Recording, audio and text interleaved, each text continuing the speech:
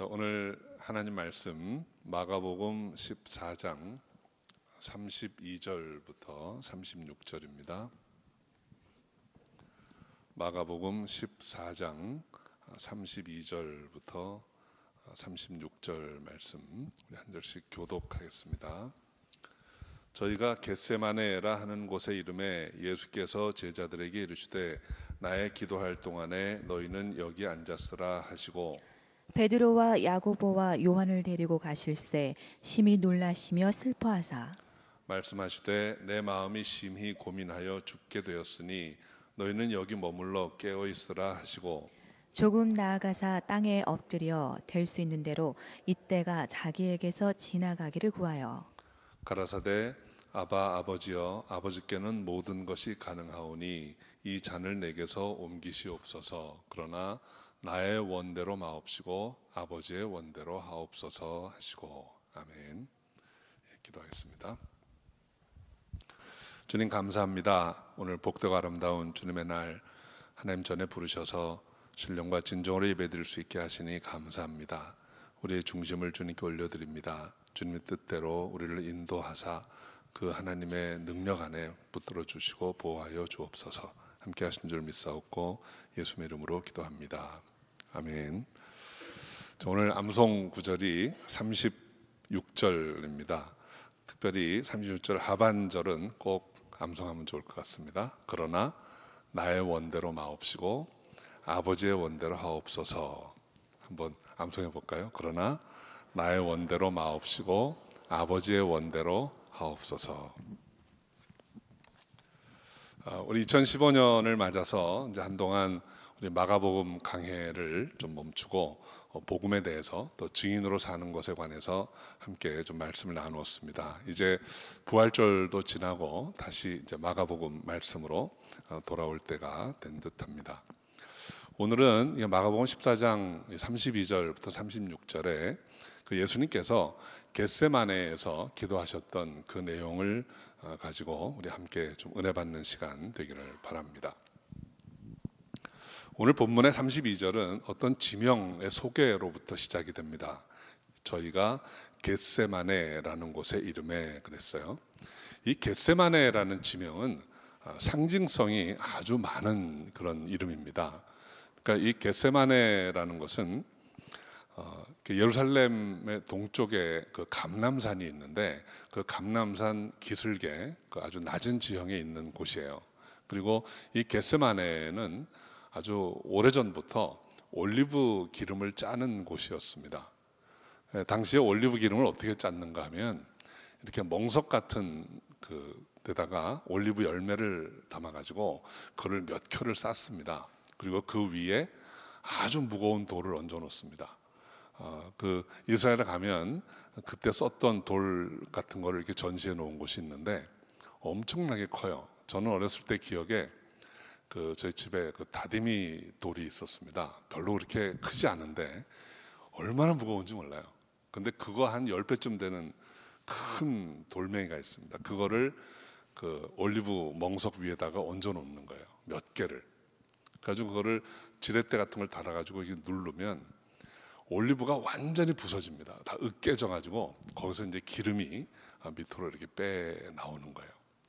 지금 이 주님이 겟세마네라는 곳에 가셔서 기도하셨다는 것은 하나의 상징입니다. 지금 예수님이 하신 그 기도가 얼마나 무거운 기도인지 마치 주님 머리 위에 그 무거운 돌덩이를 얹어 놓은 것 같은 중압감을 견디면서 기도하셨다는 것입니다. 또 이 겟세마네라는 곳은 아주 낮은 지형입니다. 예수님께서 공생의 사역을 마치시고 이제 마지막 십자가를 지시기 전에 드리는 기도인데 이 기도를 높은 곳에 올라가서 하신 것이 아니고 아주 낮은 곳에 내려와서 기도하셨다라는 의미가 있는 것입니다. 그 겟세마네라는 곳에 이르르셔서 주님께서 제자들에게 이렇게 말씀하셨습니다. 나의 기도할 동안에 너희는 여기 앉았으라. 나의 기도할 동안이라고 하십니다. 지금은 내가 기도할 시간이다. 그리고 내가 이제부터 기도해야 한다라고 말씀한 것입니다.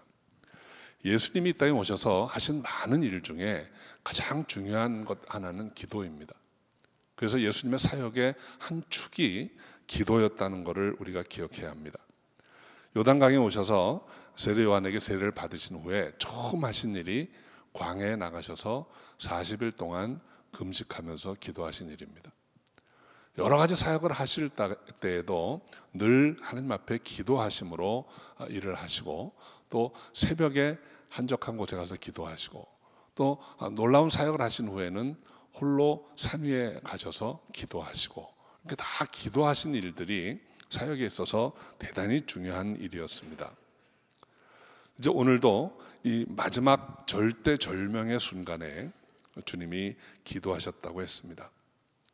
그리고 우리가 내용을 이미 한번 읽어서 다 아시는 내용이지만, 예수님께서 이렇게 겟세마네에서 기도하신 그 마지막 기도 응답은 하나님의 뜻대로 되는 것이었습니다. 간절하게 기도하시고 그 결과는 하나님의 뜻대로 되기를 원합니다 하는 기도로 마무리하셨던 것입니다. 우리 그리스도인의 삶에도 여러분 가장 중요한 것은 기도입니다. 사도행전 2장 42절에 보면 그 초대교회 처음 세워진 교회 모습이 나오는데, 그 교회는 사도의 가르침이 있었고 성도의 교제가 있었고 떡을 떼는 예배가 있었고, 이 모든 것을 아우르는 것으로 한 가지를 이야기합니다. 사람들이 전혀 기도에 힘쓰니라 그랬습니다.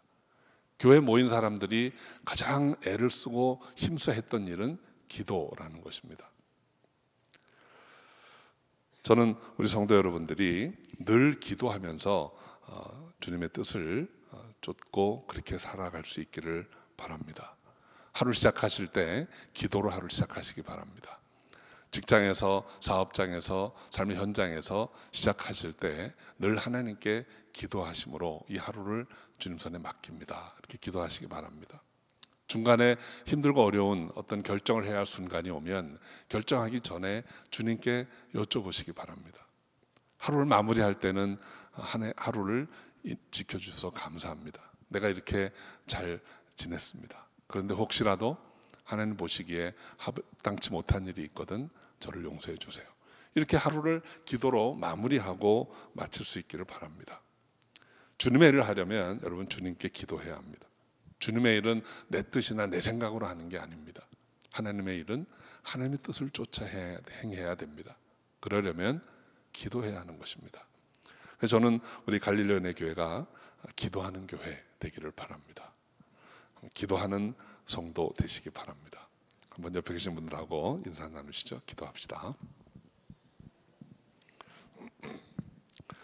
34절에 보면 예수께서 이렇게 말씀하세요. 내 마음이 심히 고민하여 죽게 되었으니 너희는 여기 머물러 깨어 있으라. 여기 머물러 깨어 있으라 라는 말은 잠들지 말고 깨어서 나를 위해서 기도해 달라 하는 것입니다. 여러분, 예수님께 중보 기도가 필요했습니다. 그래서 주님이 나를 위해서 기도해 달라 이렇게 말씀하세요. 여러분, 예수님이 십자가를 지시고 세상을 구원하시는 일에 인간들이 도울 수 있는 것은 없습니다. 복음서를 읽어보면 그래도 예수님이 십자가를 지고 골고다 가실 때 구레네 사람 시몬이 좀 메어드리지 않았습니까? 하는 생각을 할 수 있어요. 그런데 구레네 사람 시몬이 십자가를 맨 것의 의미는 그 십자가에 동참하는 것이 아닙니다. 그 짧은 시간이지만 시몬이 십자가를 지면서 얼마나 힘들었겠어요.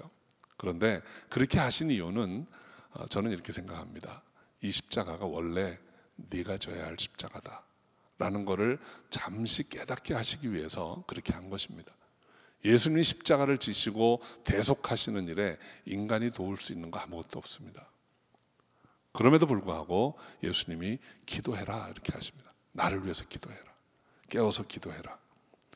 주님의 일을 우리가 기도로 함께 참여할 수 있다는 것은 우리에게는 축복입니다. 우리가 할 수 있는 것 기도밖에 없습니다. 기도하는 저 여러분 되시기를 바랍니다. 35절에는 예수님의 기도하시는 모습이 나오는데 함께 읽어봅니다. 조금 나아가서 땅에 엎드려 될 수 있는 대로 이 때가 자기에게서 지나가기를 구하여. 땅에 엎드려 기도하셨다고 했습니다. 아주 겸손하신 주님의 기도의 모습입니다.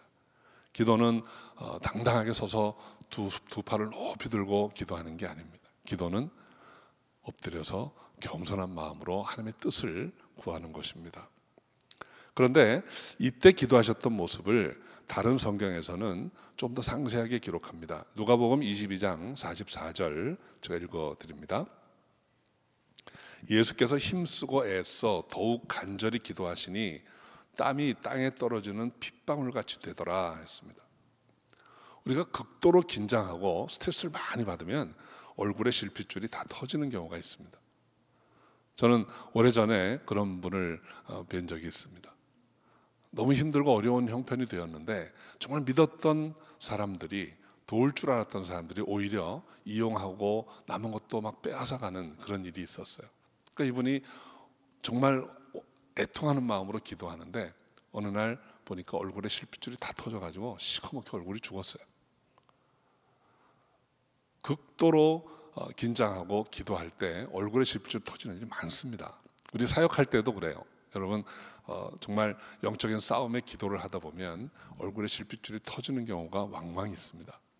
그런데 지금 예수님의 기도는 절대절명의 순간에 아주 강한 압박감을 가지고 기도하시는데 오늘 본문의 내용은 이 사실입니다. 얼굴에 실핏줄이 다 터져가지고 땀이 나오는데 피가 배어 나왔다는 거예요. 이 정도로 열심히 간절히 기도하셨습니다. 또 마지막 기도하셨던 주님의 모습을 히브리서 5장 7절에서는 이렇게 기록합니다.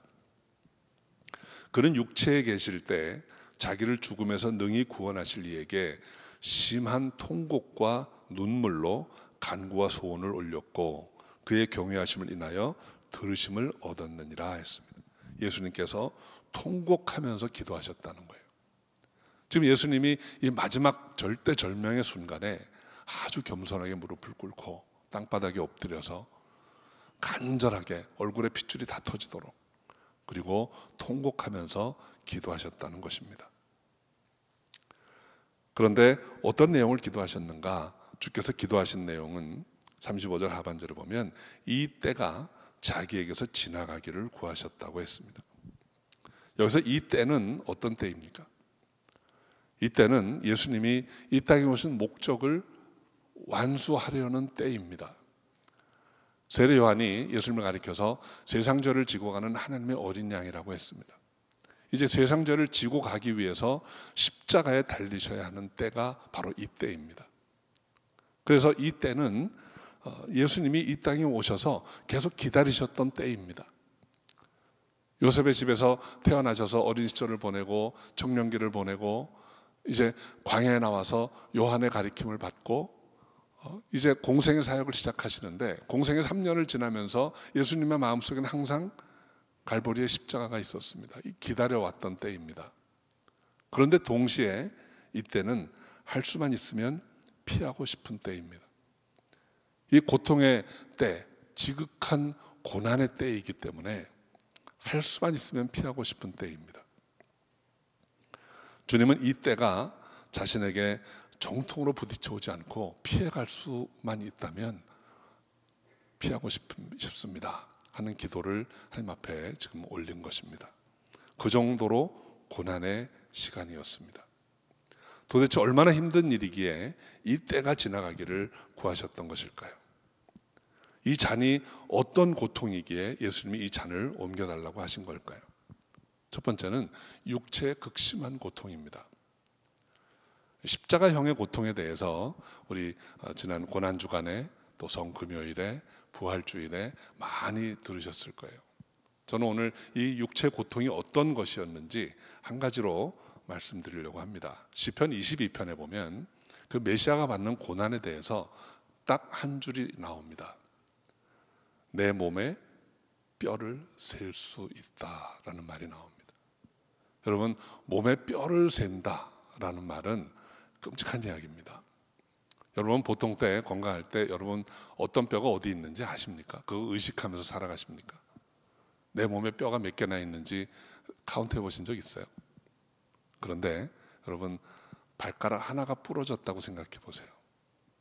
내 발가락이 어디 있는지 그 뼈 때문에 내가 얼마나 아픈지 생생하게 기억합니다. 그런데 시편 기자는 그 십자가의 고난을 그렇게 묘사했습니다. 내 모든 뼈를 셀 수 있습니다.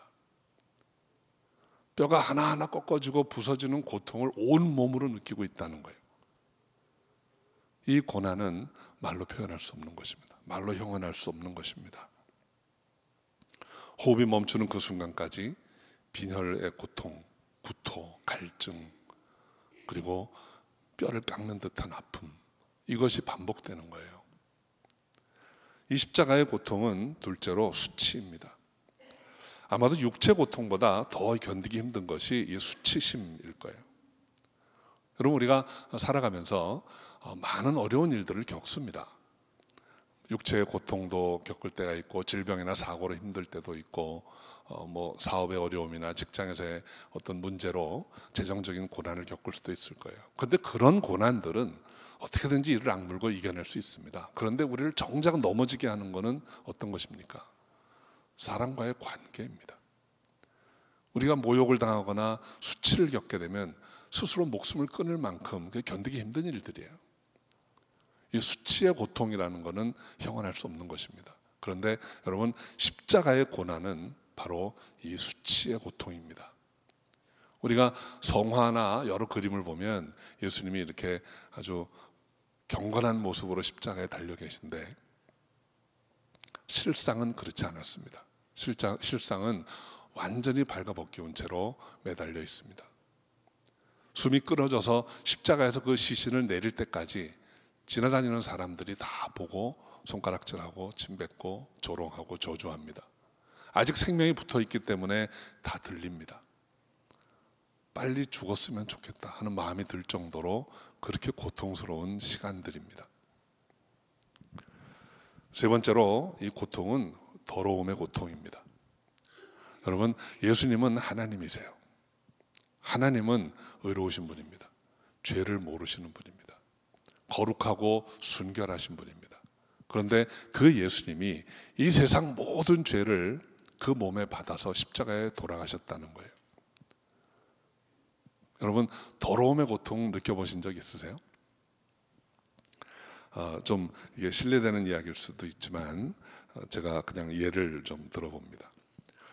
오래전에 이렇게 대륙의 어느 시골 같은 데 가면 그래도 이제 선교 사역을 하러 가면 이제 대접을 해 주십니다. 그러면 어떨 때는 이렇게 그릇이 깨끗하지 않을 때도 있어요.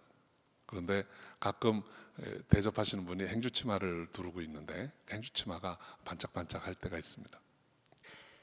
그런데 밥을 떠주실 때 뜨기 직전에 그 행주치마로 그릇을 닦아요.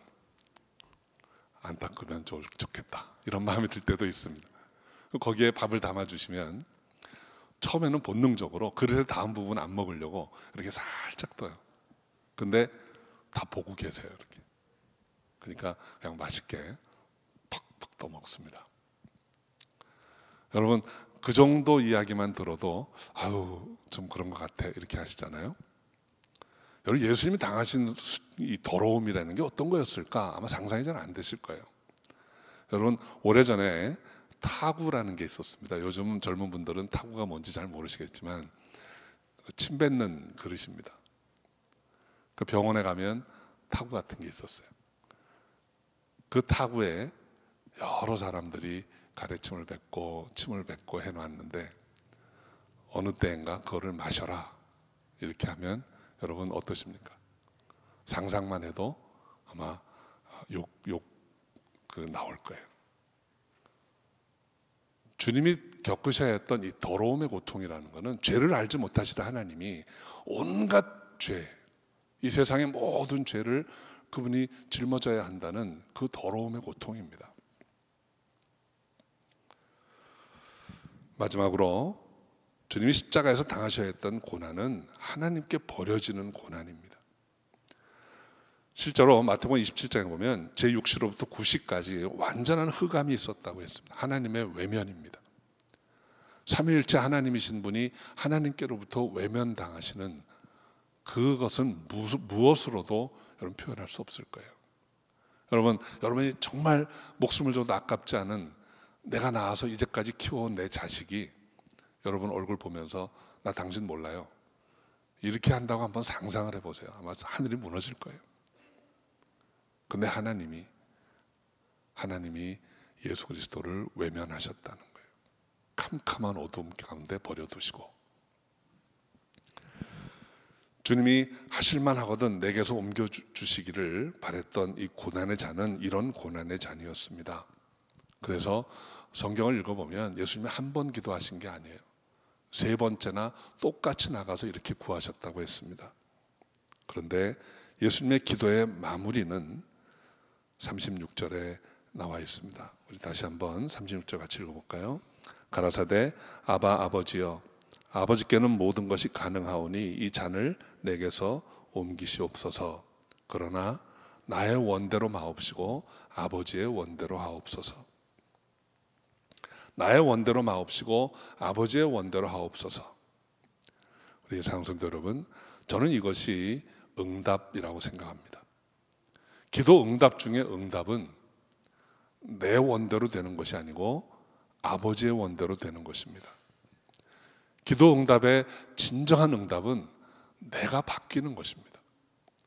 내 환경이 갑자기 다 바뀌고 혹은 그 사람이 다 바뀌고, 이게 아니고 내가 바뀌는 거예요. 우리가 기도해서 응답받으면 이제는 내가 그 환경을 담담하게 받아들일 수 있는 능력을 얻게 되는 것입니다. 이제는 내가 그 사람을 관용하고 용납할 수 있는 넉넉함이 내 안에 생기는 것입니다. 이것이 능력입니다. 아무리 견디기 어려운 일이라 할지라도 하나님께서 이 어려운 시간을 지나고 나면 나를 좋은 곳으로, 좋은 결과로 인도하실 것이다 라는 믿음 때문에 이 어려운 시간을 이겨낼 수 있는 거예요. 이게 응답입니다. 저는 이런 기도 응답이 저 여러분에 있기를 바라요. 우리 기도의 핵심은 아버지의 원대로 되기를 바라는 것입니다. 여러분, 우리가 살아가면서 많은 어려운 시간들을 겪게 됩니다.